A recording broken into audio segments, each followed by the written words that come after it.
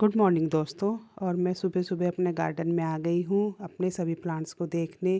कितना सुकून मिलता है ना अपनी सभी प्लांट्स और फ्लावर्स को देखकर। मैं सुबह सुबह अपने प्लांट्स को देखने के बाद ही दूसरा काम शुरू करती हूँ और मुझे बहुत अच्छा लगता है। और आज आप देख सकते हैं हमारे यहाँ का मौसम। आज हमारे यहाँ बहुत ही कोहरा है। आपके यहाँ कैसा मौसम है?